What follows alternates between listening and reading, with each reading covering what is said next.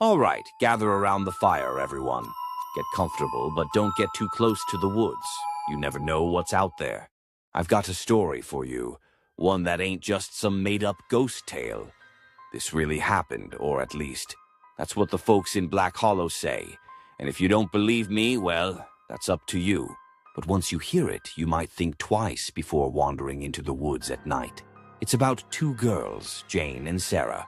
Best friends since childhood, always getting into trouble together. The kind of friendship where one dares the other to do something stupid, and neither backs down. And that's exactly how they ended up in Blackwood Forest, a place the locals warned them about. They were told not to go. The gas station clerk, some old-timer with tired eyes, told them straight out, people go in there and don't come back. And if you hear something call your name, run. But they laughed it off, thought it was just a spooky small-town legend. The first night in the woods was quiet. Too quiet. No birds, no crickets, just silence. That kind of quiet that presses in on your ears, makes you feel like something's watching. Then, in the dead of night, Sarah heard it. Sarah. At first, she thought it was Jane, but Jane was right beside her, asleep in the tent. Then it came again. Sarah, come outside. Only the voice was wrong. It sounded like Jane, but not. Like someone who had heard Jane speak, but didn't quite know how to sound human. She shook Jane awake, terror squeezing her throat. And that's when they heard it again. But this time it called Jane's name. Jane. Where are you?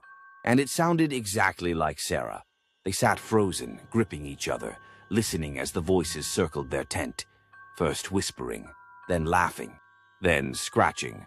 Something was dragging its nails along the fabric of the tent, slow and deliberate, like it was teasing them. Jane grabbed the flashlight, unzipped the tent just enough to peek outside, and she saw it. Standing just beyond the firelight was something tall, thin, and wrong. Its limbs were too long, its skin stretched too tight over its bones. And its face, it kept changing, shifting, warping, as if it was trying to decide who it wanted to be. Then it smiled, and in Sarah's exact voice it said, "Come play." That was enough. The girls ran. They didn't know where they were going, only that they had to get away. But the thing was fast. They could hear it behind them, keeping pace with impossible speed. And the worst part, it was still calling their names, still using their voices. Then Sarah tripped. Jane turned, reaching for her, but Sarah was gone. Just vanished into the darkness. Only the sound of something wet moving in the underbrush remained. Jane ran until she couldn't anymore, collapsing by an old, rotting cabin. And that's where they found her the next day. Alone. Her clothes were torn, her skin scratched raw. She wouldn't stop whispering Sarah's name. Wouldn't say what happened, but here's the thing. Jane came back, but she was never the same. She didn't speak much anymore, didn't laugh, but sometimes at night people swore they saw her standing in the woods near their houses. Just standing.